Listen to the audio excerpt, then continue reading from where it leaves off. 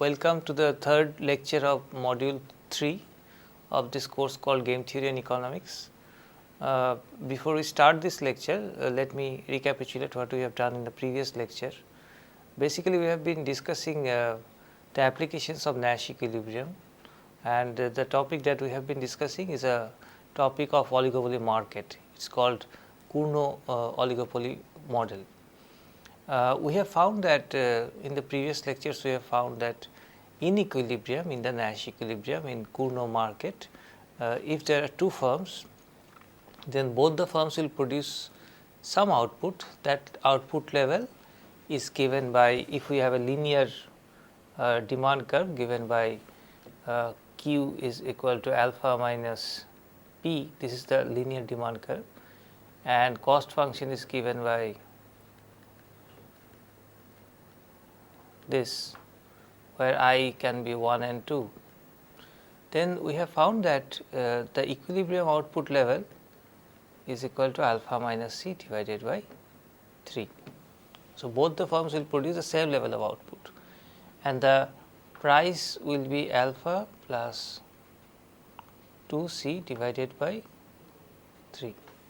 So, this is the equilibrium quantity and equilibrium price by these two firms. And we have been discussing the various aspects of this Nash equilibrium. In this Nash equilibrium, the firms will produce some level of output, and the profits that they will earn will be positive, which means they are earning some profits, not that they are earning zero profit. Of course, if they earn negative profits, that is loss, then they are not going to produce anything. So, that cannot be an equilibrium if they produce negative profit. But it is possible that they produce some output, and at that output level the profit that they earn is 0.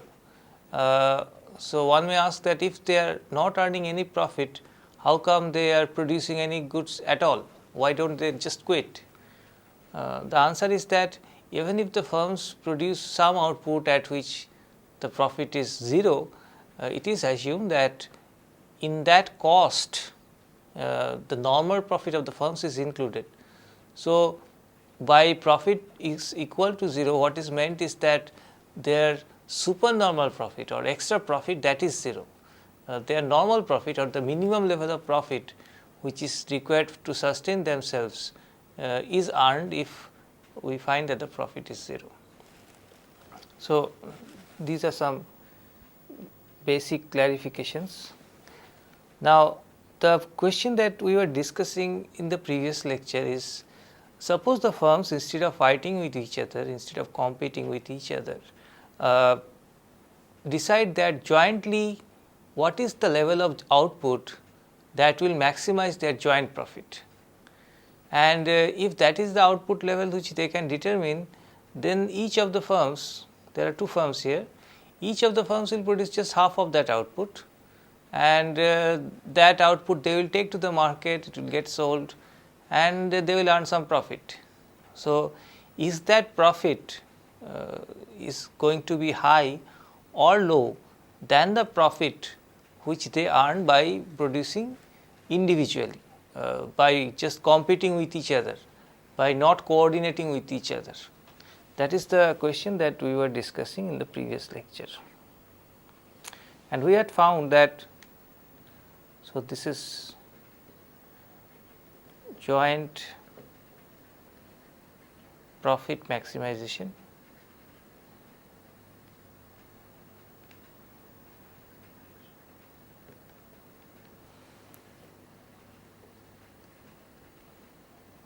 and we have seen that this is at alpha minus C divided by 4, which means that this is less than alpha minus C divided by 3. So, if they decide that they are going to coordinate their actions and try to produce an output level where their total profit is maximum, then the output that they are producing is less than what they do produce if they compete with each other. So, that is the first thing. Secondly, what is the price here? We have found in the previous lecture that the price in this case will be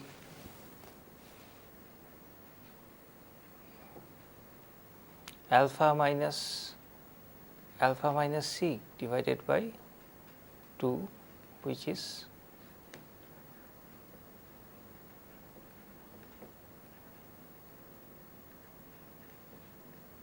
alpha plus c divided by 2, which means this price is less. How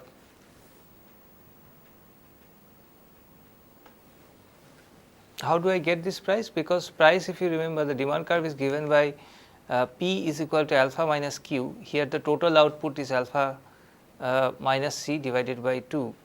So, price here is alpha minus this, and so we have got this alpha plus C divided by 2, whereas the price in which case they were competing was alpha plus 2 C divided by 2 divided by 3, sorry.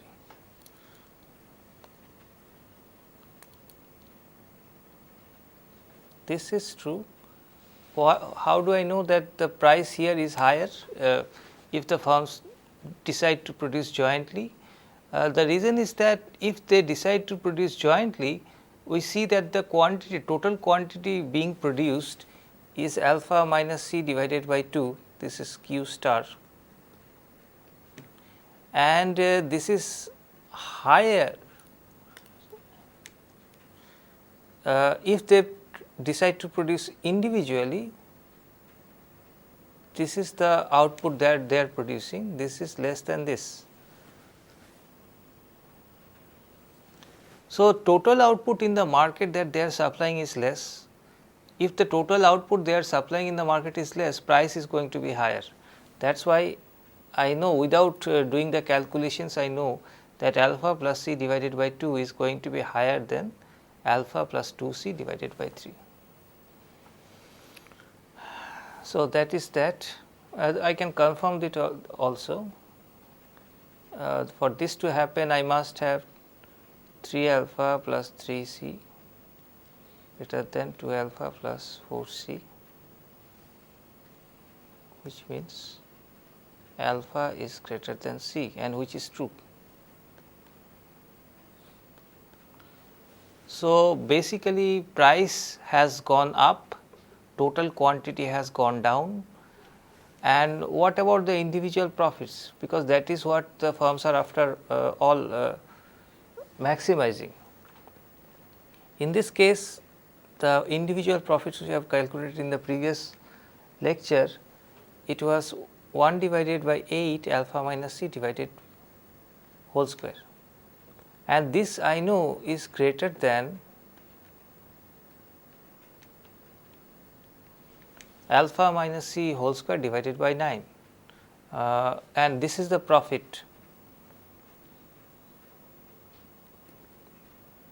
under Cournot duopoly.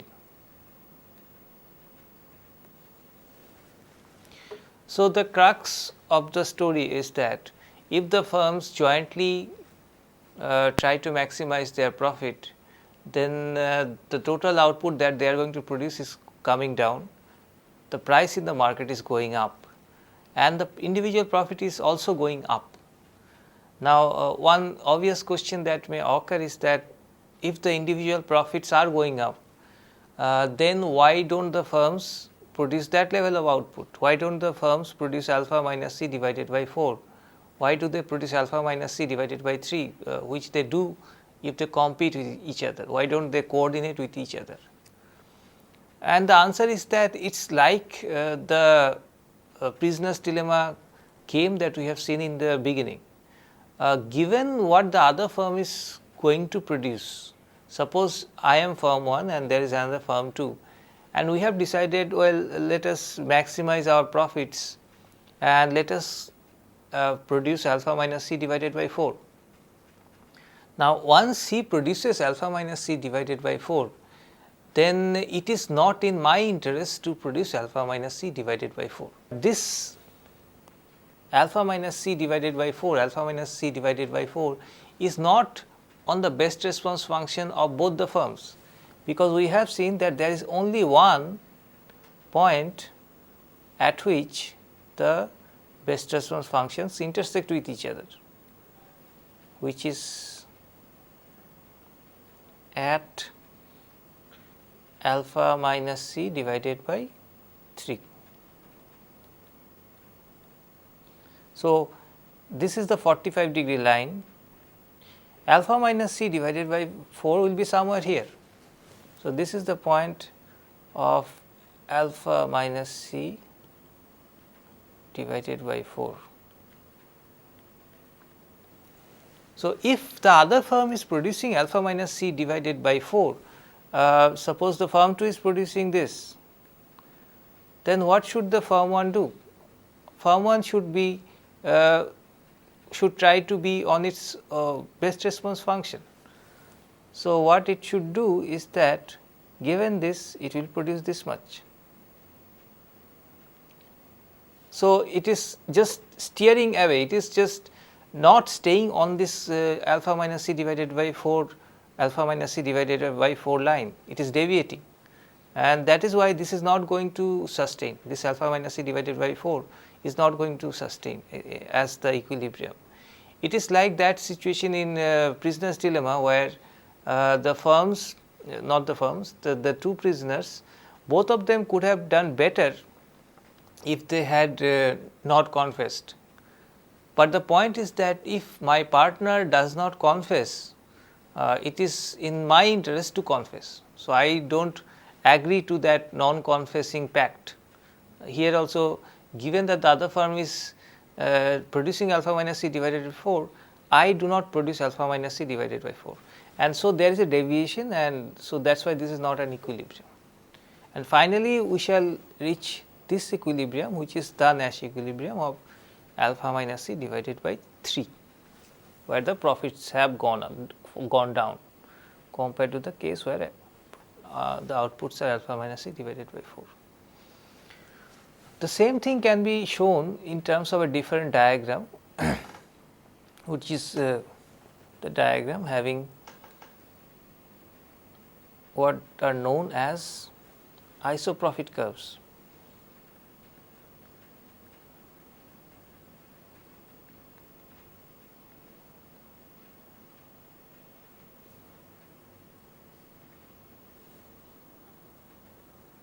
So, what are isoprofit curves?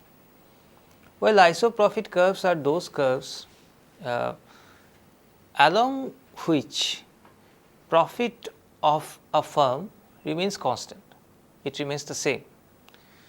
So, suppose I want to draw the isoprofit curve of firm 1.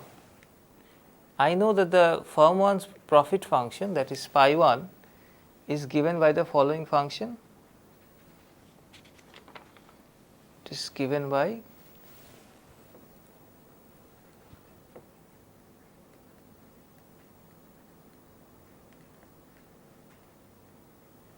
this is the profit function of firm 1, given that Q1 plus Q2 is less than equal to alpha. Now, if this is the profit function of firm 1, how do I draw the isoprofit curve of firm 1? Now, let us start from any point here. Suppose this is the point we are starting from A. From A, if Q2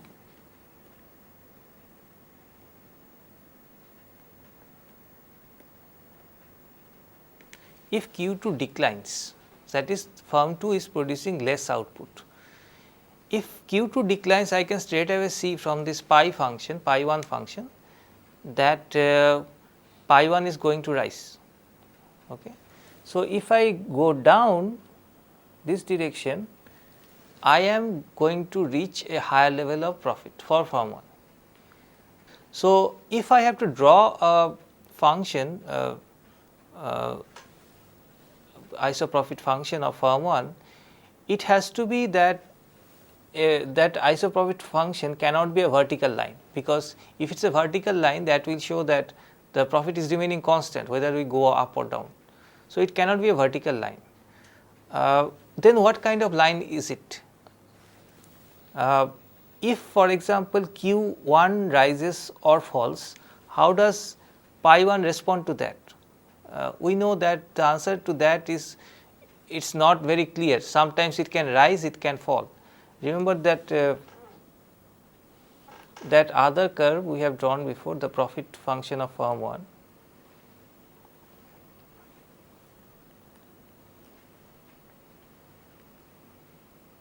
It looks like this. So, at any Q1, if this is the Q1 star, suppose, if I go to this direction, pi falls. So, sometimes it rises and sometimes it falls, but at certain level of pi, which is suppose pi star, that profit becomes maximum. So, let us call this as pi 1 star.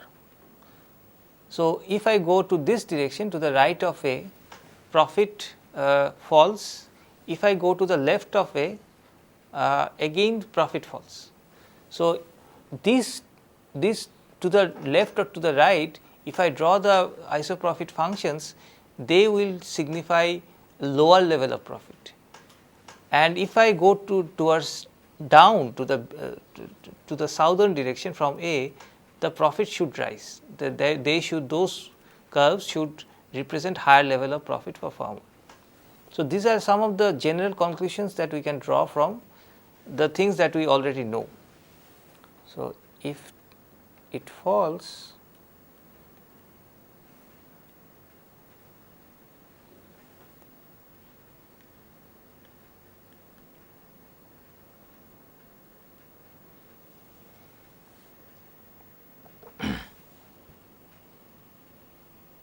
now can we have some specific idea about this function? How does this function look like?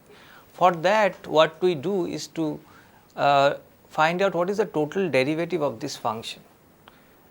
We have this pi 1 is equal to Q1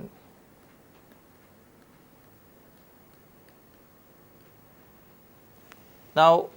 By total derivative, what we mean is that suppose I have a function z as a function of x y, then if I want to find out what is dz, it is the partial derivative of f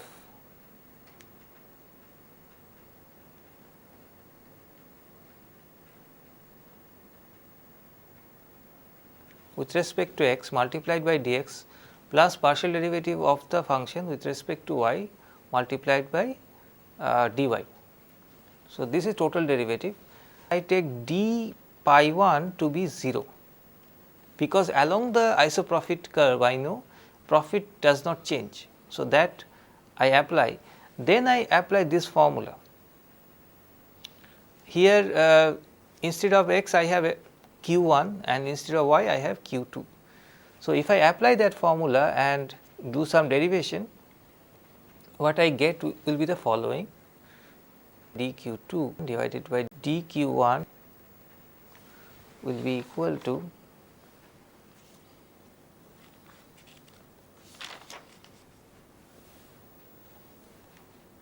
alpha minus c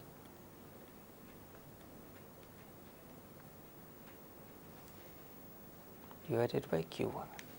And from this formula for slope of the isoprofit function of firm 1, we can immediately see that if we are on the best response function of player 1, that is on the best response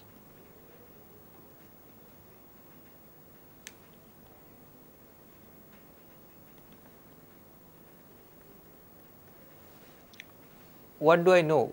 On the best response function of player 1, I know that q1 is equal to alpha minus c divided minus q2 divided by 2. Now, if this is true, Then on the best response function, when the firm is maximizing the profit, what about the slope? dq2 by dq1 then will be equal to 0, right. The profit, when the profit is maximum for firm 1, the slope of the profit function, the isoprofit function is 0. Before, let us say,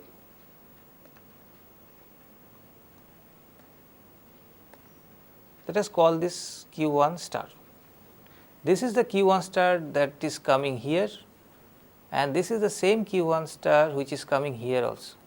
So, at q1 star, the slope of the function of firm 1 is 0. Before q1 star, that is if q1 is less than q1 star, what do I have is this is less, this q1 is less than what could have made this 0, what could have made this slope 0, which means that this is going to be positive, the slope is going to be positive.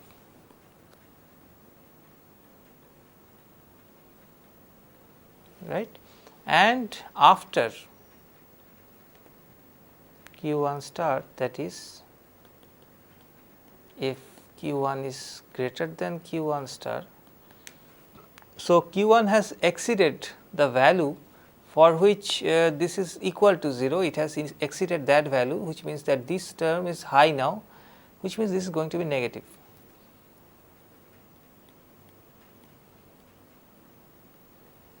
All right. So, these are the informations that I have, and from this I can now draw the isoprofit function.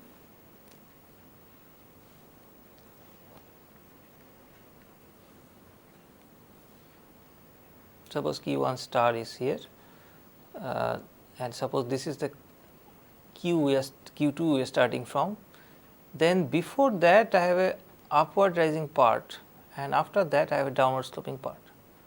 So, this is how the isoprofit function of firm 1 will look like.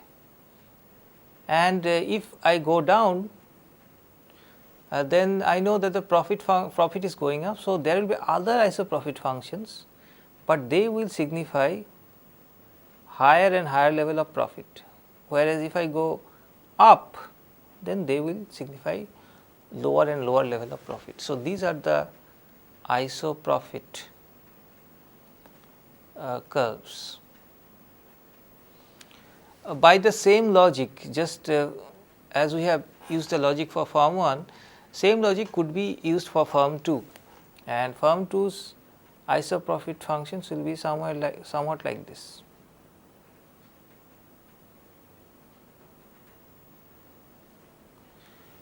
Now, the question is, where is the Nash equilibrium?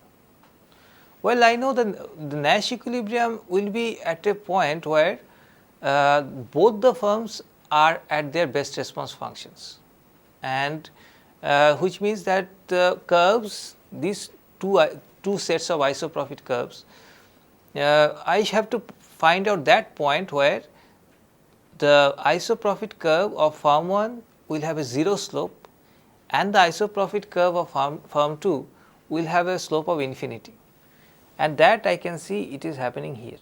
So, this point, let us call it C. This corresponds to this point C here, this C, the Cournot equilibrium point. And from this immediately it is possible, it is obvious that at C the firms are earning some profit at the equilibrium. At C they are earning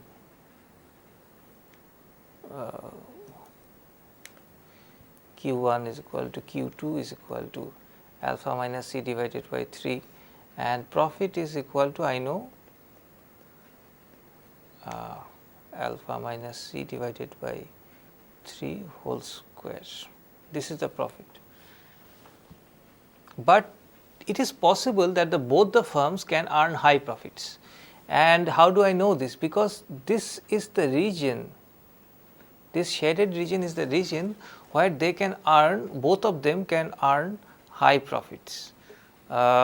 because if you remember, if I go down from C, then firm 1 is having greater profit. So, if I consider this isoprofit curve, this isoprofit curve is passing through the shaded region, and which means that this isoprofit curve is showing high profits, and which includes points in the shaded region.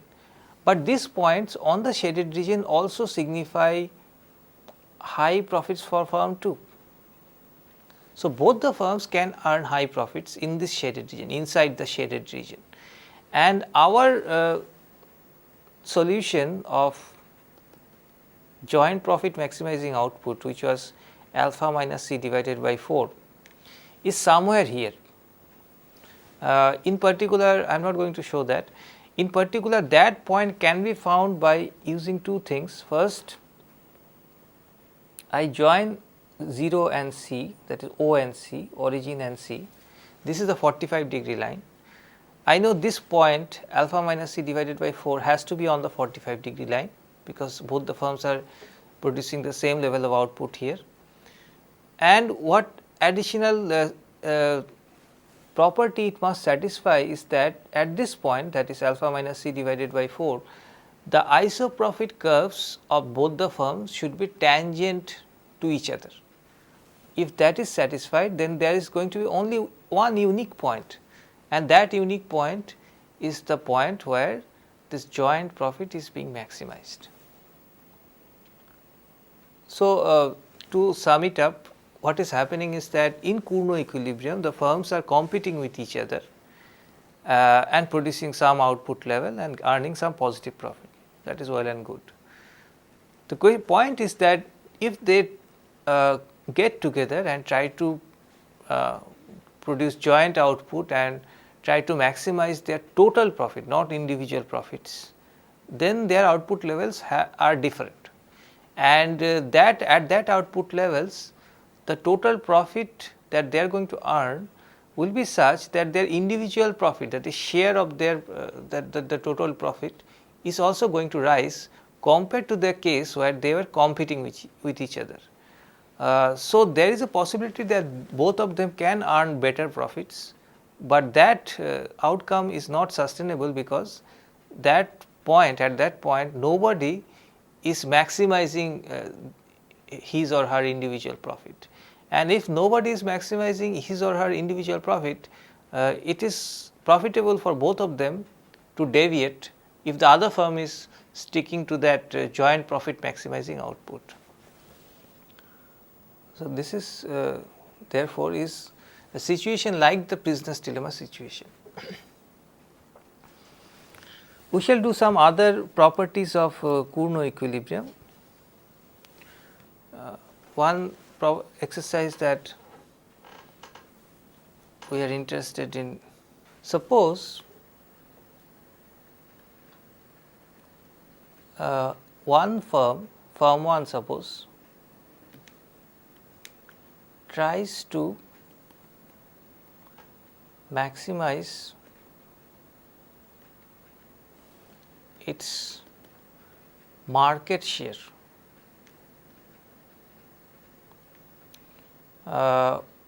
while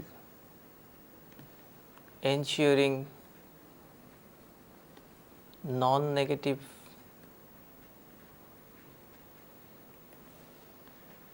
profits. Okay. Suppose so far the setting that we have is that both the firms were maximizing their individual profits. Now, suppose firm 2 is maximizing its profit, but firm 1 tries to maximize its market share, which means it wants to maximize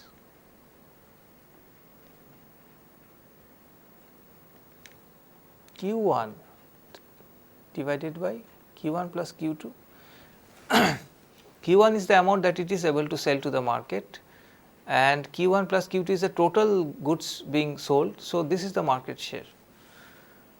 Now, one can show that if Q1 is maximized, then this market share is also going to be maximized, which means if Q1 goes on rising, this thing is also going to rise. Now, if that is the case, then what the firm 1 is doing is that it is maximizing Q 1, but there is a condition subject to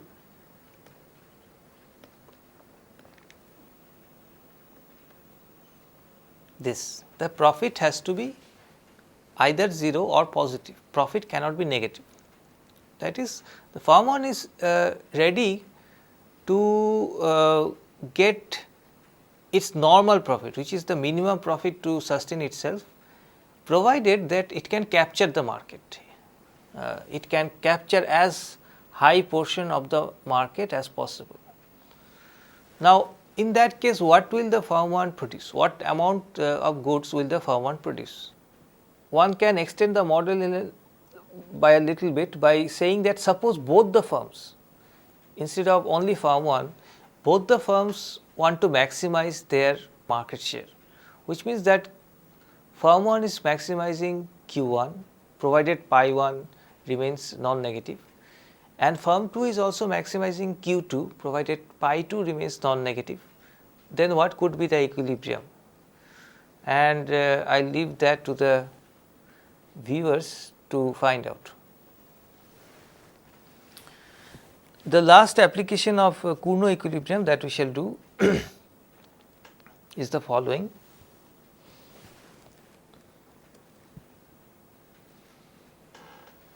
This is the question.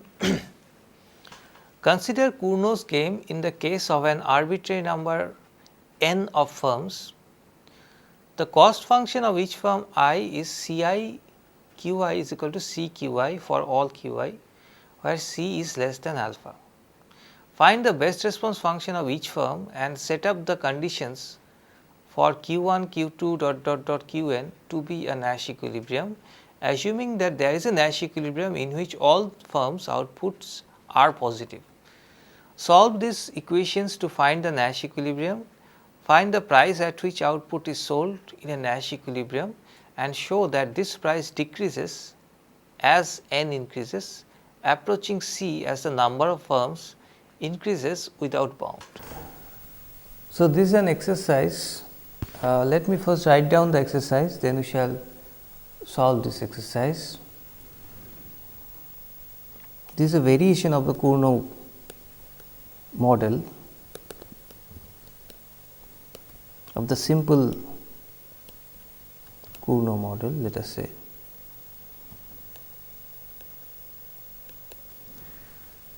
So, what we have here is the following.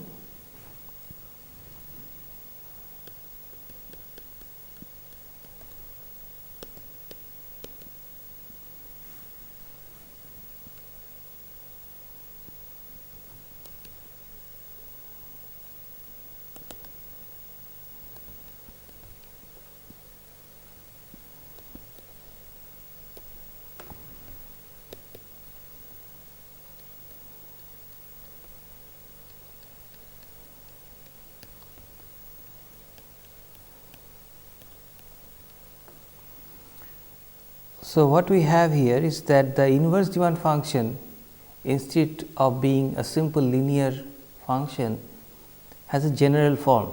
P is a function of capital Q, f of capital Q, where f prime q is less than 0, which means that it follows the law of demand. What is capital Q?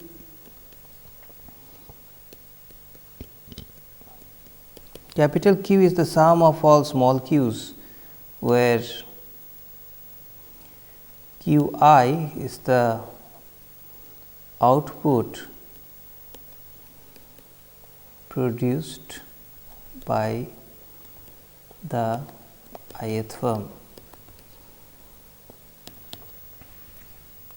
So, that basically means that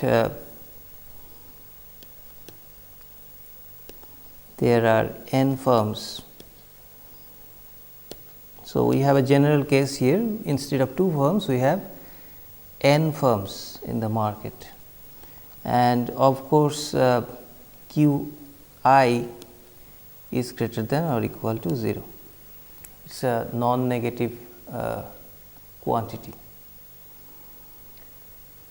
The cost, the unit cost of each firm is same is equal to small c, c is greater than equal to 0. What we have to show is the following: prove that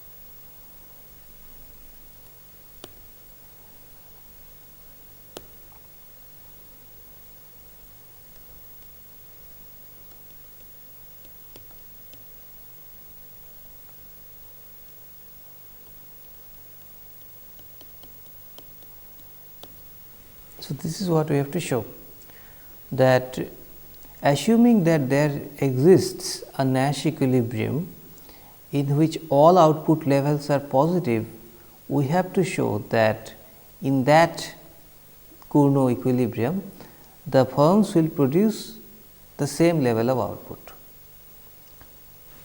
So, what we have here is a general case, as we have said before. General in the sense that the inverse demand function has been taken as a general function instead of a simple linear function, and we have n firms instead of 2 firms. All right. Now, how to proceed? The profit of the first firm. What is the profit of the first firm? It is, let us call it pi 1, and we know this will be a function of n variables q 1, q 2, etc., q n. And what will be the particular form? It will be q 1 multiplied by p, p is the price, this is the total revenue, and minus the cost, which is small c multiplied by q 1. All right. And we know the form of p, it is f of capital Q minus c q 1. So, this is the profit function of first firm. How do we proceed? We find out the best response functions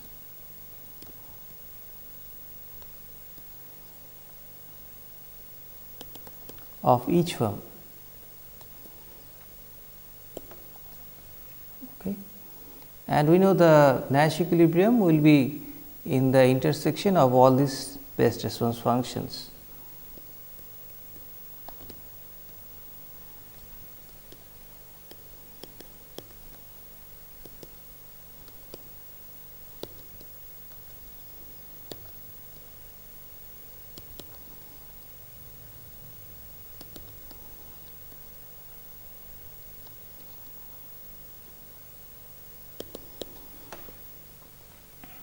Okay. Now, to find out the best response function of, let us say, firm 1,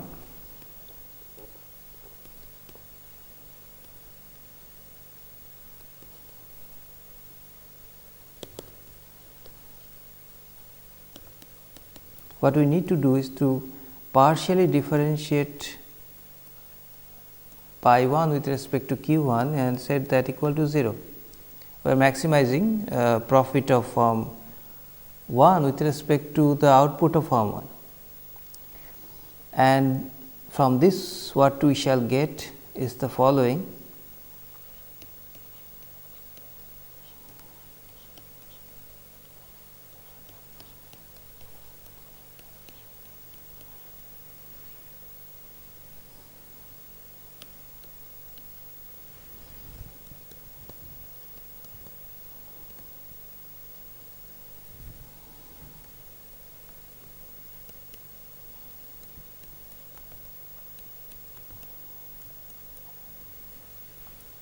Right, this is what we shall get, and from this we get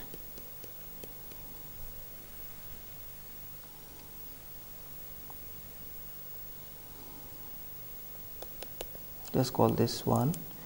And what about the second order condition?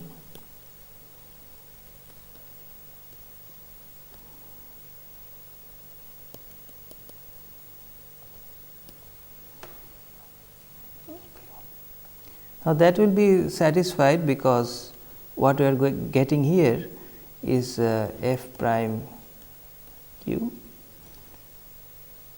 plus f prime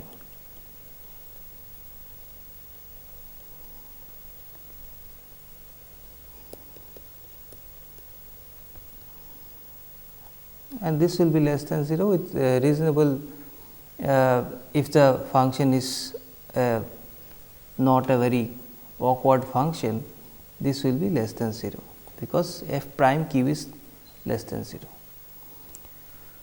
So, this is what we have and this is for firm 1. For firm 2, what will be the second order first order condition?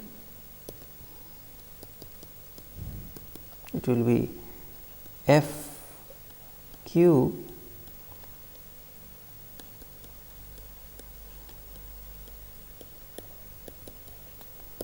let us call this 2, okay. And similarly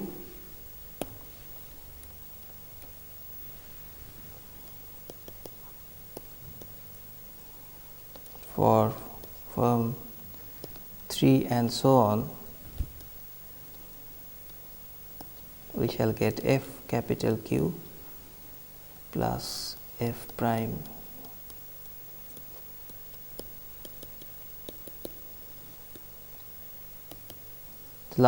for the last firm it will be f q plus f prime q q n minus c is equal to 0. All right. Now, from these n equations, what we can find is the following.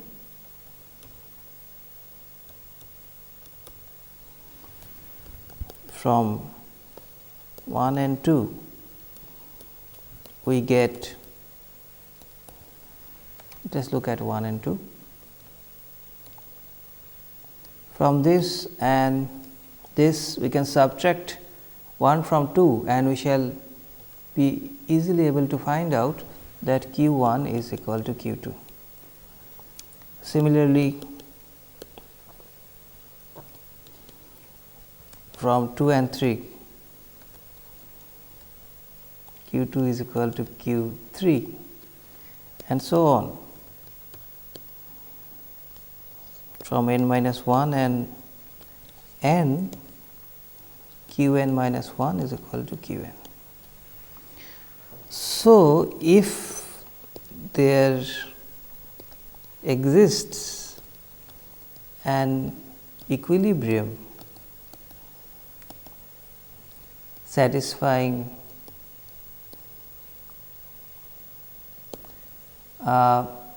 one, two, n equations,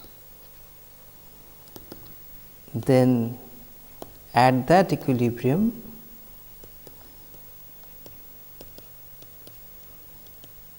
the outputs of firms are equal. So, this is what we were supposed to prove, that if we have a Cournot model setting where we have a general inverse demand function and there are n firms with constant cost, then if the Nash equilibrium exists, then at that Nash equilibrium the output levels of all the firms will be equal. Just to recapitulate what we have done in this lecture, we have looked at different aspects of Cournot model. We have found out some very interesting properties of this model. Firstly, we have seen, for example, that in the Cournot competitive model, the firms earn less profit than what they could have earned if they had maximized their joint profit.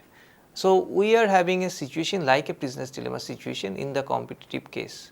Secondly, we have seen that if any firm tries to maximize its market share instead of profit, then it becomes the monopolist if the other firm continues to maximize its profit and not maximize the market share. And thirdly, we have seen that as if we have more than two firms, if I have the general case where there are n number of firms, then the quantity produced by each firm and the price that will prevail in the market and the profits can be calculated, and as the number of firm rises, the price declines in the market and it approaches the cost of production, the average cost of production of each firm as the number of firm goes to infinity. That is all for today. Thank you.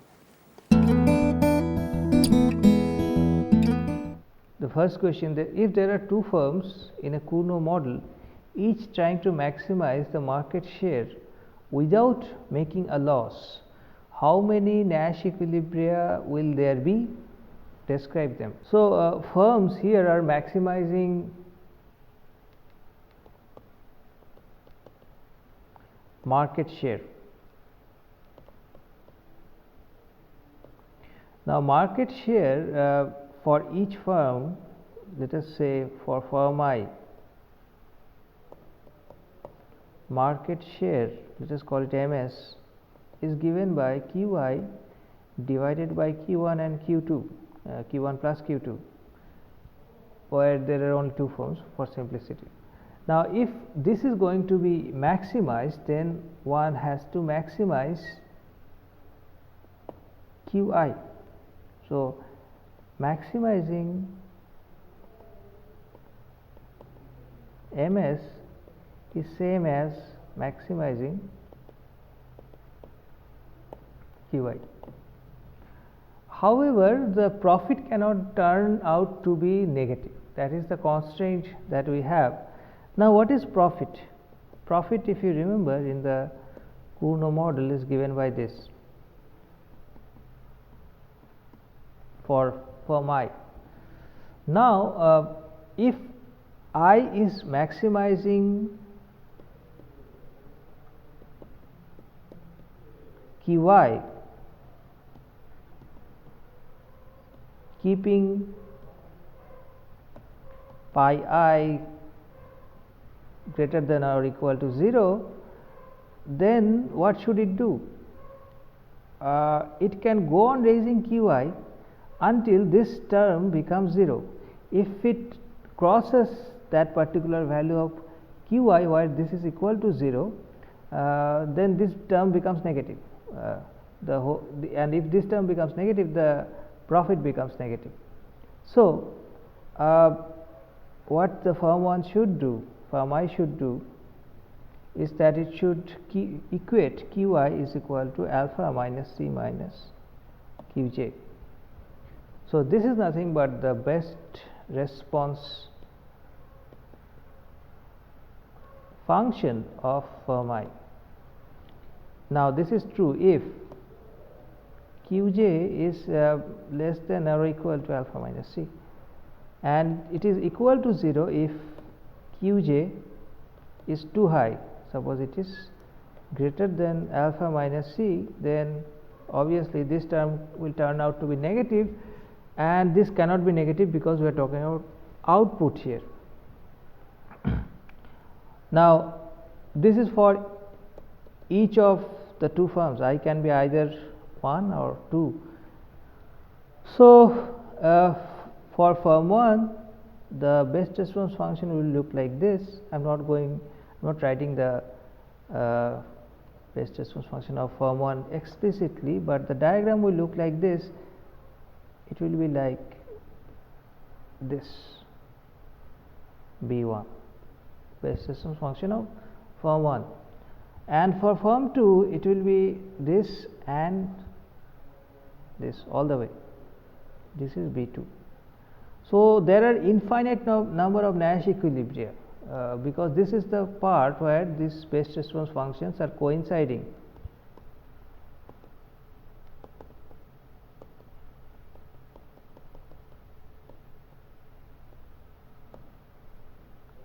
Right, on the stretch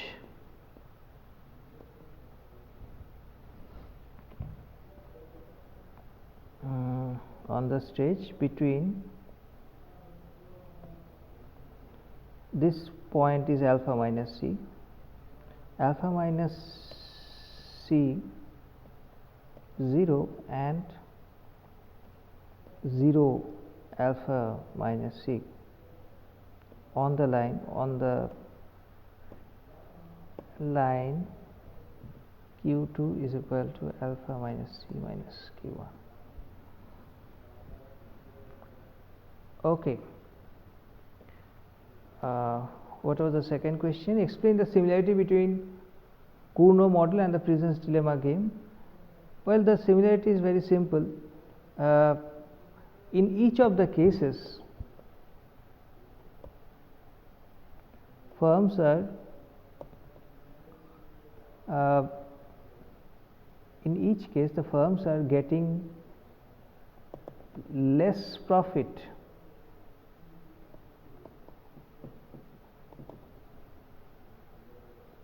than what they could get through cooperation.